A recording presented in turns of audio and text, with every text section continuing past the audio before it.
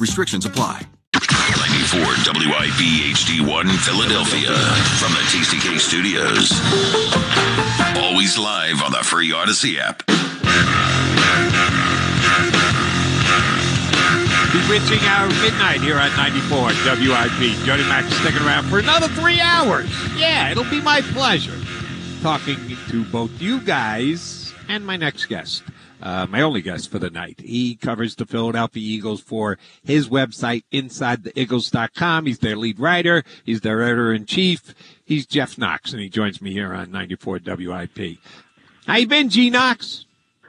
Everything's good, Jody. Happy New Year. And let me be the first to say happy 300th episode of Bird 365. Now, I won't talk to you before you guys get there. I know you're close, but I'm going to be the first person to tell you that. So happy 300th episode.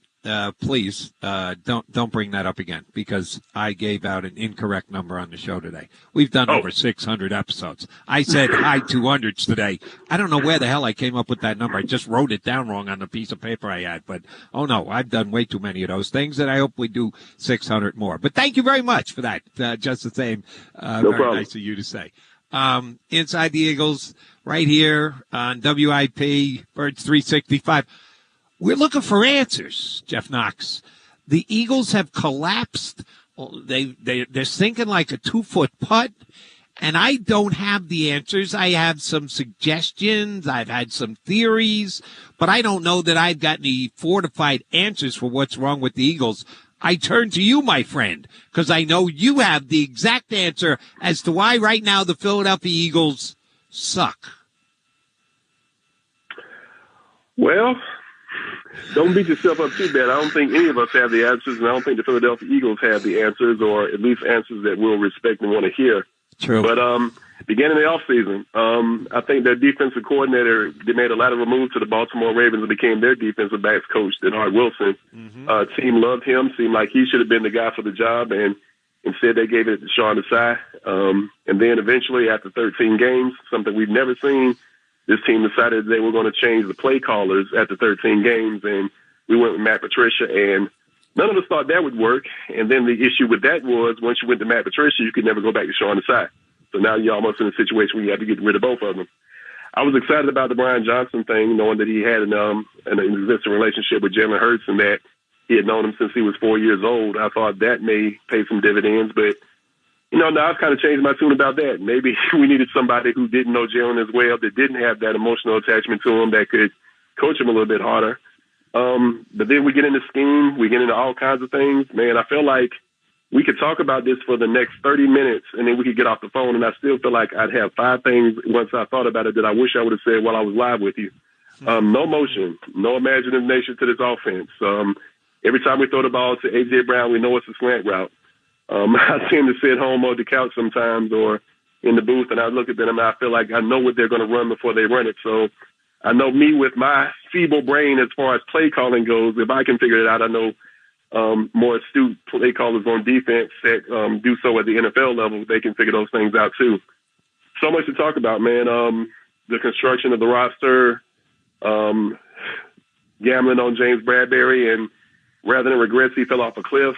Again, there's so many things that we could talk about. There's so many places we could point to. And again, 30 minutes after talking to you tonight, I feel like I get off the phone and I could still think of about 10 or 15 more. But, all right, let's tick off a couple. And I'll go to one that you didn't mention. Dallas Goedert. They have 2 all-pro level wide receivers. AJ's had a great year. Devontae got hurt at the end of the year. Otherwise, he could have been a borderline Pro Bowl player as well. Dallas Goedert was supposed to be the third leg of that triumvirate. And I know he got hurt. I know he missed games. I know he's made catches, but he hasn't made any big plays. Is that on him? Is that on the offense? Is that on the scheme? Why has Dallas Goedert not been a major factor for the Philadelphia Eagles this year? Well, they've tried to get him the ball as of late, and I think that was we started getting around the area where we started thinking that then we got back into the unimaginative nature of the offense. Like I remember a game where there were 3 targets, where three skill players were targeted, and that being A.J. Brown, Devontae Smith, and Dallas Goedert. 9 targets in both the Seattle and the first New York Giants game, if I'm not mistaken.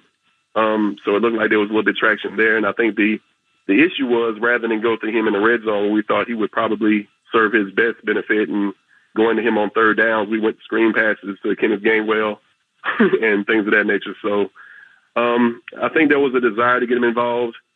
He was targeted a lot. I think the thing I was more concerned about was I thought he would be more of a third down and red zone threat. 3 touchdowns on the season, so could be a little bit of mismanagement there. But to answer your question, it's just the same thing with Dallas Goedert we've seen with so many other members of the offense. Is just mismanagement, non-usage, and probably just not putting them in the best situation to be successful when they are having opportunities to make plays. If you had told me before the year started, over under Dallas Goedert receiving yards 600, I couldn't have bet over fast enough.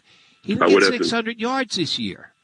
I'm sorry, he's supposed to be one of the best tight ends in football with a quarterback who had a drop-off this year, and I'll get to Jalen in a second, but you're not talking about one of the lesser-light quarterbacks in the league. If you're one of the best tight ends, you're supposed to get more than 600 yards. Yeah, absolutely are, and more than 59 receptions and probably 83 targets. I agree with you there. I would have taken the over as well. One of my bold predictions before the season started, I thought that AJ, Devontae, and Dallas would all eclipse the 1,000-yard receiver mark, and that hasn't happened. And again, you mentioned the Dallas missing 3 games and everything, but still, even had that happened, we probably wouldn't even be talking about 1,000 yards now. So something has to happen. We're wasting a lot of good prime years for him, and he has to be more involved in this offense going forward. Won't happen this season, but definitely need to start thinking about that in 2024. All right, I'm going to give you a theory on Jalen Hurts, and I want you either to vehemently agree or tremendously disagree or find some middle area. I think one of the problems with Jalen Hurts this year is this. The last 2 weeks in a row, and we'll get Coordinator Tuesday tomorrow, we'll see what Brian Johnson has to say. But 2 weeks in a row, he said, because there's been such a hue and cry for run the ball, and chanting at the stadium that would tick the players off and everything else, that on almost every play the Eagles have, there is a potential for it to be a run or a pass. That it's a straight RPO, then you know there's the option, but Jalen Hurts comes out of the huddle, and he's got options. And he can check to whatever he wants. And that I thought it was the coordinator kind of laying off the questioning of the play calling on the quarterback. And I said, well, that's weak. But then I thought about it some more, and I said, would he lie about it? Would he overstate it? Would he conflate it? I doubt that, so it's got to be true.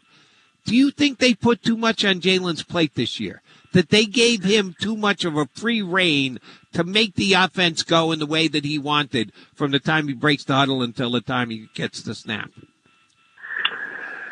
Yeah, I would agree with that. And I would also say that that free rein kind of came back to haunt us after listening to A.J. Brown break his silence with the media and tell us that, that last play and the last offensive play in the Philadelphia versus Seattle game was something they drew up in the dirt and decided they were going to run by their own volition and everything. And we see how that worked out to the tune of Jalen's second interception of the night.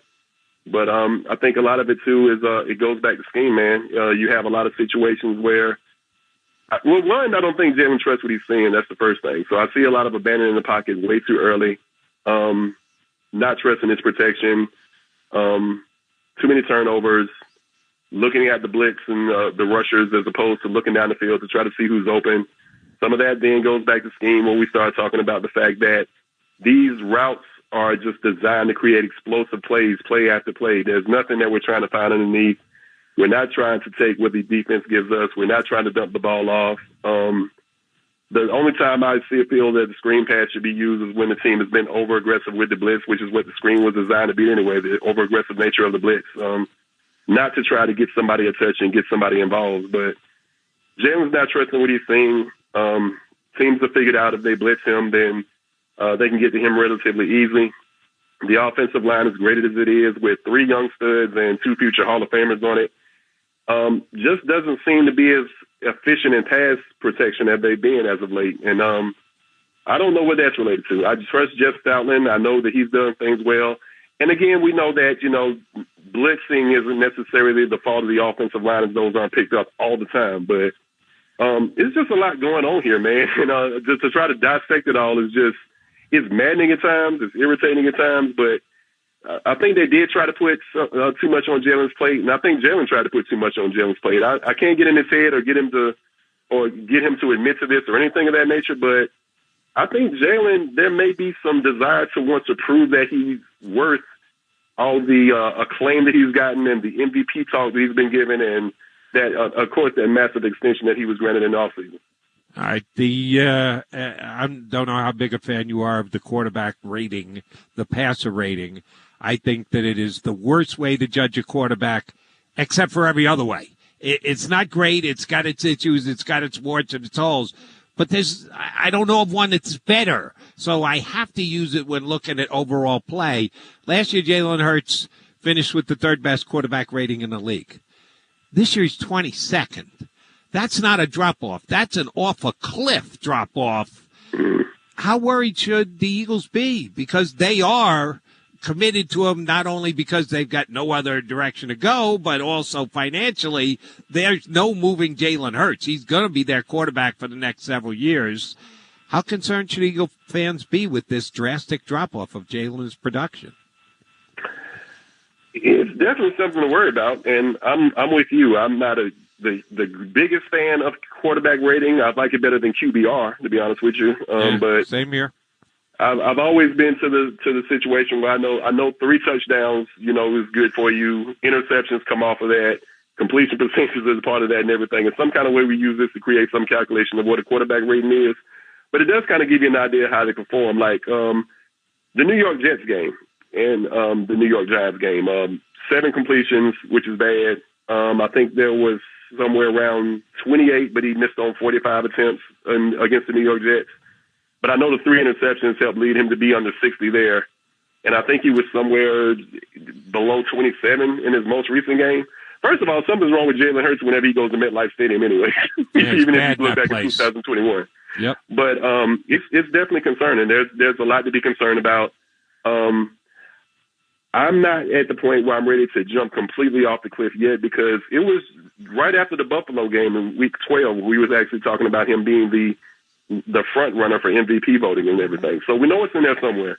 And we saw how he performed in the Super Bowl. So again, and he outperformed Patrick Mahomes in the Super Bowl, probably the best quarterback of our generation. So we know it's in there somewhere. We know he can do it, but something happened to this team. And it began happening in San Francisco and Dallas, and I kind of wanted to give him the benefit of the doubt, because I was like, well, those are two of the best teams in the NFC, and they had this game circled. They were using the Philadelphia Eagles to validate how great they were, and both of them had 10 days of rest. So even though the losses were ugly, I tried to convince myself that it wasn't as bad as I thought it was. But to me, something broke in the Seattle game. And me personally, for me, it broke watching Drew Lock go 92 yards in the last 2 minutes without a time, with minimal timeouts or no timeouts, one or the other. But something happened there. We saw a win against the New York Giants, but the Arizona loss and the New York Giants loss are very concerning. And part of that is about punches and counter punches. We've seen what Jalen Hurts likes to do. We know what he's good at. And the league has figured that out too. So now we need to see if Jalen Hurts, being the workaholic that he is, if he can react with a punch of his own to counter what they've been hitting him with. Geoff Knox, lead writer and editor for InsideTheEagles.com, our guest here on 94 WIP. All right. Let's say it doesn't go well Saturday against the Bucs and they get eliminated. It may bring into the conversation Sirianni and whether he should retain his job, and that could happen. We'll put that aside for a second. This is going to be a collapse of epic failure by the Philadelphia Eagle organization. Do they just put it all on Sirianni's lap? Or is there actually a potential change in the Eagles' overall organizational mindset? And here's what I mean by that. They don't value linebackers. They don't really value safeties. The owner loves the deep passing game and doesn't worry about paying running backs and believe they can get one off the scrap heap like they did this year by trading not much for DeAndre Swift. Will there be a change in how the Philadelphia Eagles philosophy constructs a roster going into next year? Oh, man, I hope it is, but somehow I doubt it. Certain things I've learned about my Philadelphia Eagles over the years, man. I learned that Nick Sirianni to answer your first question, I think a lot of the blame will be heaped on him and stuff. And the reason for that for me is Nick Sirianni, as he should, has taken responsibility for a lot of things that he's done wrong. But the problem was we haven't seen him fix those things. There's only so often we can hear somebody say that, the responsibility falls on me before we start seeing the reaction to those types of statements and we start to see people make changes. There's also situations where we actually look at him and we see that, again, something happened with the team, and it started, we saw glimpses of it with San Francisco and Dallas. If you're looking for a reason to start looking at whether or not Nick Sirianni deserves to be here or not, you can't ignore the fact, again, I mentioned earlier, you can't change defensive play callers after the 13th game. You just can't do that. And it was San Francisco and Dallas, and I think panic set in. And if we're seeing panic from the sideline, if we're seeing panic by watching him on television and we're listening to his words, and we're seeing Nick Sirianni isn't the same jovial person in press conferences that he once was and stuff like that, he's stressed. We're hearing things like anonymous sources, and they're talking to Derek Gunn, and we're seeing things that just resemble unhealthy team building practices and an unhealthy locker room and what we shouldn't see from an NFL team if we expect this NFL team to be successful or to be a healthy locker room. But a lot of it's going to fall on Nick, and it probably should. And again, talking about the way that we've watched the Philadelphia Eagles over the years, Jeffrey Lurie can be patient. We saw him have Andy Reid here for years.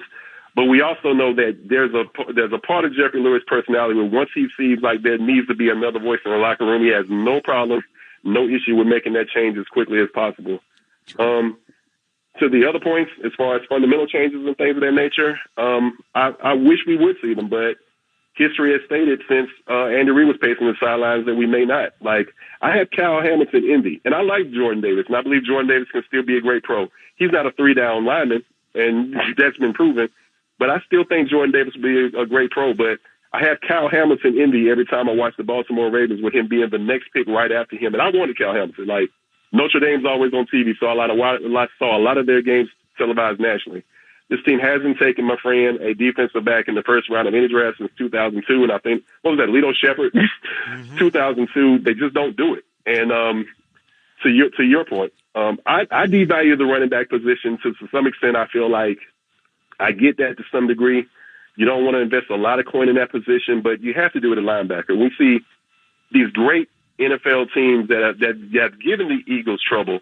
The New York Jets had great linebacker play, and they beat Philadelphia. The San Francisco 49ers have great linebacker play, and they beat Philadelphia. And you and I harped on this for a while. If you draft a Kyle Hamilton, you don't have to invest trade capital in Kevin Byard later. And maybe if you draft a Kyle Hamilton, the trade capital and the resources you use to get Kyle Hamilton and then eventually Shaq Leonard could have been used to try to pursue Patrick Queen. But until they figure it out, I do understand the fact that, in the NFL, you always win in the trenches. That's always going to be true. But as far as our trench play goes, the last time I saw Josh Sweat get a sack was Week 9 versus Dallas. That sack on Dallas got it to help decide things. I haven't seen him get to the quarterback since. Jalen Carter, I think, has hit a rookie wall. Josh Sweat, back to Josh Sweat, has played. I stopped counting when he got to 300 more snaps than he had ever played before in his career. So the team's exhausted. Sometimes I wonder why, because we walk through practice all the time, but there needs to be fundamental changes. But unfortunately, based off history and past results and things of that nature, I just don't think we're going to see it. All right, let me combine a couple of things you touched on there into a slightly different question. The two big young dogs in the middle of the defensive line. Both first-round draft picks, high first-round bad draft picks. I would say their drop-off between their first half and their second half has been almost as precipitous as Jalen from last year to this year. They went from game wreckers to, like, pedestrian and not even noticing and not being a factor whatsoever. Is that on them? Is that on the fact that maybe Howie Roseman, with where he drafted him, you're a Kyle Hamilton fan, I'm a Kyle Hamilton fan, you already it went down that road, and most people thought Jalen Carter was the absolute steal of the draft, and Howie Roseman should have win Executive of the Year just because of that acquisition. Well, not so much over the last 7-8 weeks. He's gone in the tank just like the team has. Is it on the coaching? that they haven't been able to keep these guys conditioned well enough that they can play a 17-game season. I cut Carter a little bit more slack because he's a first-year guy, but Davis less because he's a second-year guy. If we all agree that their drop-off in play has been horrendous, who takes the blame for that?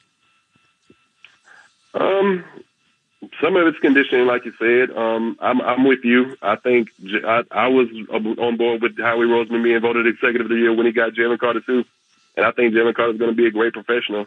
I think he's hit a rookie wall. I think the team's tired. I don't really know what the reason is for Jordan Davis. He came in this year in better shape. He's trimmed down. That was supposed to provide some other things. We saw some issues where he looked like a slightly better pass rusher than he'd been in years past, but he's really a run defender. And the concerning part about that was when we needed him to be at his best against one of the worst teams in the NFL. I watched the Arizona Cardinals do to the Philadelphia Eagles what I thought the Philadelphia Eagles were going to do to the Arizona Cardinals, a team that was 32nd in the league. It's like yards per rush and rushing yards per game. And I saw Jalen Carter get one tackle in that game. Maybe too much pressure is put on them. And to answer your question, coaching has to be blamed for the fact that I can't think of one position group that has gotten better over the course of this season. I've seen position groups regress. I think the guys who are stars on his team and the best players on his team are doing well, more so because of the skill sets and the intentional fortitude they have and just the natural God-given gifts that they have as opposed to something the coaches are teaching them. Never been a fan of Aaron Moorhead. I think he's surviving because he has A.J. Brown and Devontae Smith. I like Tracy Rocker, seeing him get Ndamukong Suh and Linval Joseph ready in a few days before he put them on the field. So I was a fan of his, but I don't know what's going on there now. But every position group on this team has regressed from the start of the season to the end of the season, and that's why we're starting to see the collapse we have. There's never been a team in this league, man, that started 10-1 and didn't win 12 games. That's pretty scary. The one guy who has actually improved a position group, it's a small position, the punter. Big man, good man. That's it. That's how his best move of the year is. Went out and got Braid Man. He's been dynamite as a punter. That's the only area that the Eagles have actually gotten better on over the course of the season. All right, Jeff, last question for you. And I know it's a stretch, so I'm going to ask you to stretch to come up for an answer. The Philadelphia Eagles will beat the Tampa Bay Buccaneers next Monday night and advance in the playoffs because of what? They just have better talent. I still believe we'll see what happens with Jalen Hurts and this dislocated finger, which every time I've seen someone with that type of dislocation has required surgery. It doesn't look like he'll be able to play, but I believe Jalen Hurts is better than Baker Mayfield. And I believe the Eagles' offensive line, when it's at its best, is better than the Tampa Bay Buccaneers' defense when it's at its best. The thing that scares me is Todd Bowles. I respect his defensive mind. But if there's anything that can elevate the Philadelphia Eagles to victory, it would be the fact that they just have better players on their team than the Tampa Bay Buccaneers have on theirs. And the Tampa Bay Buccaneers aren't world beaters either. They're in the playoffs by virtue of somebody having to win the South. But whether they just put up a 9-0 final score against the Carolina Panthers, so they're struggling too. And even though they put more wins in the last half of the season than the Philadelphia Eagles have, they're kind of backing into the playoffs too with a pedestrian record. Jeff Knox says talent will out. Well, hopefully your knowledge goes right to the ears of the football gods, because that's one of the only ways the Eagles are going to win this game is if it's just purely decided on talent on the roster. G. Knox, always a pleasure. Appreciate it whenever you come on. Glad you had a great new year, bud. I'll certainly be talking to you as the playoffs go on and or once we get into the off season, which might be as much fun talking about as the actual season has been. I look forward to doing it with you again, bud. Happy New Year again, man, and happy 600th episode. We'll say that. That's Jeff Knox. InsideTheEagles.com. He is the editor and lead writer for that good Eagle website. All right, Jody Mac coming back. I thank Jim and Chris. Phil added on. I've still got some callers ready to rock and roll when I come back. We'll talk about the Birds all the way till 3 a.m. At some point, I'm going to get to the Flyers who got beat tonight and made a surprising major trade. They traded a player who's never worn Flyer orange, and we found out tonight he was never going to wear Flyer orange. I'll give you the details on that. Flyer fans, you want to get in? Sixer fans, last 2 games have not been good. I've got a Sixer concern or two, but there's one thing I do like about what the Sixers have done since they lost those 2 games. I'll tell you about that, too. Hop on my phone lines. Hit me up at 215-592-9494. You can tell.